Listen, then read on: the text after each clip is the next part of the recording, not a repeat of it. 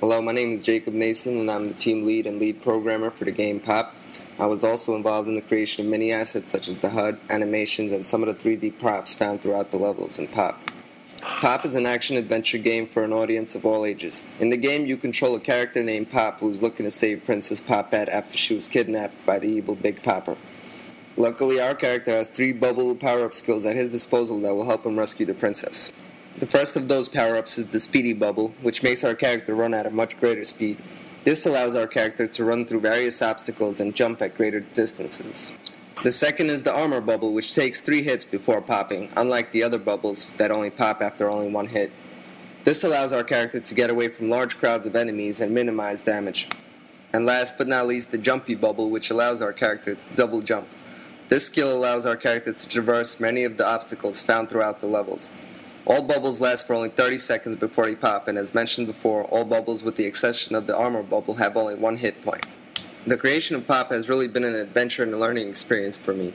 I was able to learn how to use Flash and ActionScript to create HUD and menus for the game, but the program that I found most useful throughout the project was Perforce.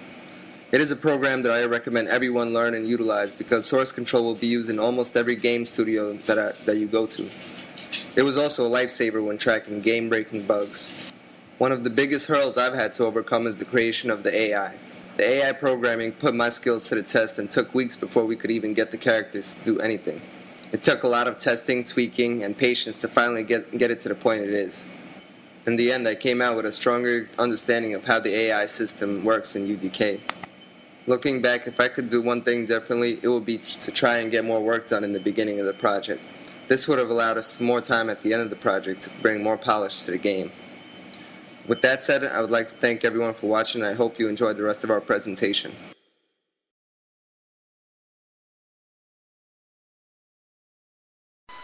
Hello, my name is Matthew Franson. My role on the team was that of a level designer. Primarily, I was responsible for adding in the nasty surprises that you might find throughout the game. I would say my greatest personal accomplishment was just making level 3 my own from start to finish. But to me, what really stood out was my traps, which with any luck will keep the players on guard and rushing, not taking their time throughout the level.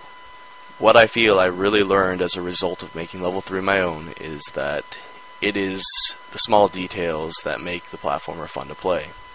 Originally, I had created a very large, spacious environment that I thought looked pretty darn good. But the issue was just that. It just looked good. The interactivity was lacking. So, I began adding traps to the keys that you were required to grab. That still was not enough, because between the keys I found through my testers that it was still just wide open, boring spaces. Finally, I got to the point where I had filled almost every point of the map with either traps or enemies. It was at this point I started getting the compliments that I'd been looking for since the beginning of Final Project. I feel the big problem that I routinely ran into in the production of Pop was balancing difficulty, primarily with the platform placement. How could something so simple be so hard, you ask? Again, it comes right down to difficulty. Something I noticed in recent years is, quite simply, games have become too easy, and people have become used to that ease. The issue is, though, that a platformer is not supposed to be easy. You should, in fact, be punished when you miss a jump, just as in Mario, Ghosts and Ghouls, or in an extreme example, Contra. You did not beat the game the first attempt, but, and this is a big but, I am making this game to be a portfolio piece. And the people who will hire me, they simply do not have the time to die all day long to decide if I am someone they want on their team. So, what I did was create a checkpoint system that was used throughout all the levels. In addition, in very difficult spots, I actually added a teleportation system that would place the player at the nearest checkpoint when he missed the jump. I did add some punishment, but you would really have to miss a lot before you had to truck it. If I could have done anything differently, it would be simply to have devoted more time to the project. If I can offer any advice to my fellow students of game design, during the last month, if you are working full-time, do yourself a favor. Take a couple extra days off, assuming you can afford it, that is. Your life will get pretty intense if you're pulling all-nighters every weekend. Thank you for your time.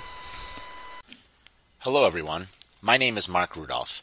My primary role throughout this project was level designer. I spent most of my time working on developing the terrain and layout of Level 1, which serves as both an introduction to Pop and its mechanics, but also sets the tone for what lies ahead. Personally, I can say that I learned a great deal on game design and UDK, which allowed me to be an important part of the team. Until this project, I spent the majority of my time in classes learning how to do all the little things. This was the first opportunity to really see it all come together. Being able to not only show my skills at creating a level, but also contributing work on sounds, animation, particle systems, programming, and the tutorial menus really helped me gain experience and confidence in myself moving forward. As the game reached completion, it really started to look and feel the way we intended, which really made all the hard work worthwhile. The biggest thing I learned from my accomplishments is that even when you think you have completed something, there are always opportunities for constant improvements. While we were satisfied with our progress from week to week, the attention to detail and determination of my teammates was something that always drove me to try and get better at everything I worked on. Whether that meant making sure every platform and every jump was just right, polishing the tutorial slides to be perfectly visible, making sure the game is not too easy, too difficult, or too boring, or just looking for new ways to make it more fun, the process was always ongoing. While I don't recall any serious problems throughout the project, I think just getting off the ground and really showing the ideas we had in the right way was a challenge. It was crucial that when we decided to work on Pop, that everything worked correctly and really allow the player to accomplish what we intended them to. Once we were able to do that, it was awesome to see the different traps and challenges that were added really bring it all together.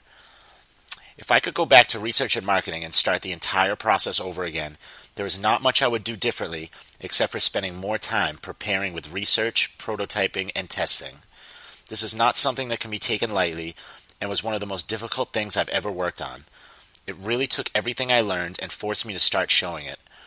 I would definitely have liked to be more comfortable before I started the project, which could have made things a little bit easier than having to learn some new things on the fly, but overall I think we did a great job, and I'm proud to have worked together with my teammates.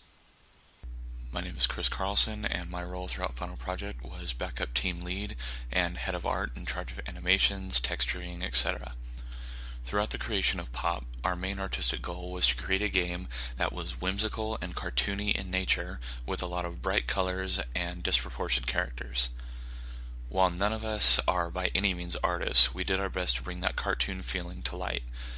The first thing we started with artistically was creating the HUD for the game. We chose 2D flat colors that were bright and really stood out.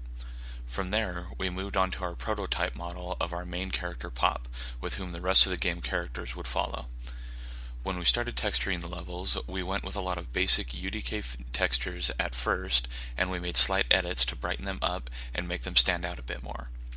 After we had our basic look of the game in place, we started making more permanent changes to the texturing and models.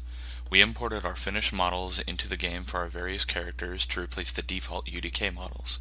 From there, we went in and redid the textures with new ones that we ran through various filters to get more of a cel-shaded cartoon look. By this time, we had also finished the various elements of the HUD and the menus to match the overall theme of Pop. Throughout these past few months, I would say my greatest personal accomplishments were gaining a much more in-depth perspective of what goes into making a game. I learned a great deal about modeling, animating, motion capture, texturing, material editing, programming, and so much more. It has truly been an eye-opening experience. As a result of these accomplishments, I've learned more about where to start when taking on a new project, or trying to develop a new shading system, or working on various materials and painting new textures. I ran into a lot of problems when I was helping with programming various aspects of the core systems, as well as creating new ways of getting the look and feel we wanted for Pop. While each problem was unique unto itself, every problem had one thing in common: lots and lots of research. The internet is an amazing resource, and if you're willing to put in the time, then you can find the answers you're looking for. I think that the only thing I would have done differently is given more time so that we could add all of the features that we wanted to add to the game. Maybe that will come after school now.